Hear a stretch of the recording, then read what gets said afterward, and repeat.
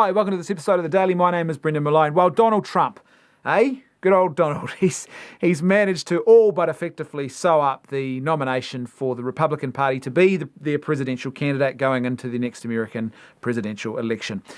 The race is still going on the other side of the aisle, but it does seem certain that Hillary Clinton is going to be, barring some sort of Sanders miracle, that it's probably going to be Hillary Clinton that Donald is going to be facing off against in that race.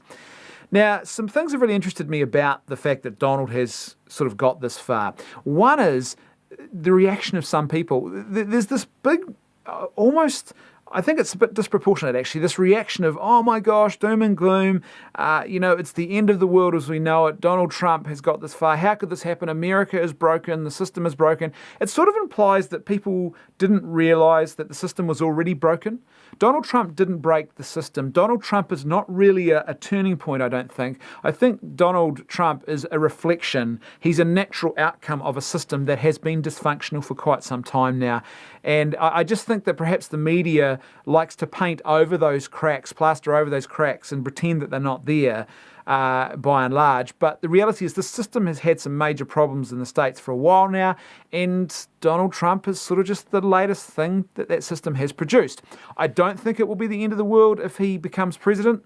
He wouldn't be my personal pick for president, but if he does become president, I don't think it'll be the end of the world because, as I said, American politics has been in trouble for a while now, and I think the reality is that it would largely be business as usual with some new and weird aberrations that we haven't seen in American politics yet. But I really don't think it would be the end of the world, as some people are suggesting it would be. The other thing that's kind of interesting is people are suggesting, well, if it comes down to a race between Trump and Hillary, there's no way Trump can win it. Hillary is going to win it hands down. I actually disagree with that, and there's a whole lot of reasons why I disagree with it. Two things. If you look at the way Trump has run his campaign to get himself to this point, he's actually been relatively successful. Now, the media have tried everything. Like, they've thrown the kitchen sink at this guy to try and undermine his campaign. Social media, the sort of social media keyboard warriors have been active. Once again, they've thrown everything. They've tried every trick in the book to try and undermine his campaign, and none of it has worked. I mean, he has got a group of diehard supporters now. He could probably get up on stage and bite the head off a live kitten, and they would still vote for this guy.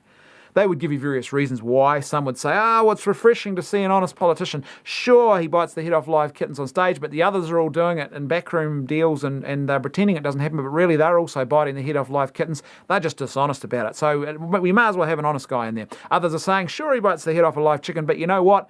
That's the kind of refreshing sort of change that we need in American politics, and hopefully that'll really shake things up around here. But there's this group of supporters that are going to vote for this guy no matter what, and I think he knows that. So what I think we're going to see now from the Donald Trump campaign is I think we're going to see a toning down, a dialing back of certain rhetoric. We're going to see a very interesting change in the way he talks about issues, because he knows now, he's very clever at selling snake oil, and he knows you've got to talk to your audience. And I think he knows that the audience will change now, so he's got to change the message a bit, tailor it. And he's not going to lose anything, because that diehard group is still going to vote for him no matter what. So there's really nothing to lose here. The other thing is, too, that this will be, if it is a Clinton versus Trump, it's going to be a street brawl. And it's going to be a dirty fight. And unfortunately, there is a lot of dirt that will stick that can be thrown at Hillary Clinton. And she has some really big issues, some big, well, they're not even skeletons in the closet. They're quite openly known about now.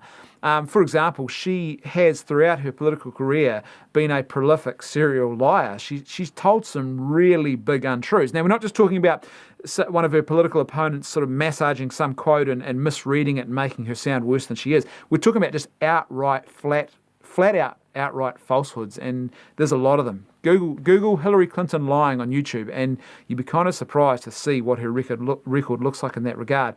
There's a whole lot of stuff out there which, if it gets dirty and becomes the street fight, that Donald Trump will be able to use. So by no means is she a superior candidate when you put both of them side by side. It just doesn't actually look that way when you start getting down to brass tacks. So it's really going to be quite interesting to see what happens. I'm interested to hear your thoughts on what you think is going to evolve from this point. But me, it's like, I don't think it's the end of the world. I think in many ways it's actually kind of business as usual, and I wouldn't be surprised if we're looking back at the end of the next presidential term and going, well, what were we so worried about? You know, I think there are bigger, more pressing underlying issues, cultural questions in the West that demand our attention, that are much bigger and much more pressing and have much more dominance on where the West ends up, where America ends up, than just who is sitting in the White House. Thanks for watching. I'll see you tomorrow on The Daily.